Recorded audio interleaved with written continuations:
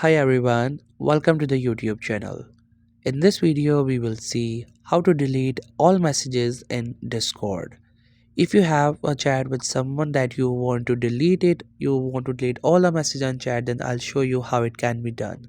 So first you have to make sure you have the Discord updated app. Once you have it, simply click on to open it. So simply click onto the icon of the Discord app to open it. Once the app gets open, then you will go into the section for chats. If not, then you can click onto that messages icon from the top. Then after that, you will find all of the chats that you have done on your Discord. Then you have to simply find the chat that you want to delete.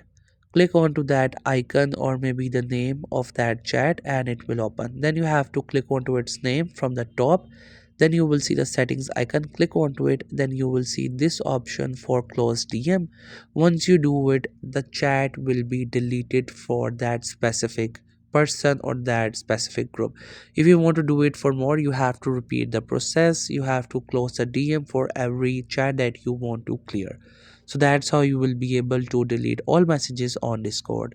I hope you find this video helpful and informative. Make sure to subscribe to the YouTube channel for more informative videos and updates. You can leave a like, comment. If you have any queries, feel free to ask. Thank you so much for watching the video.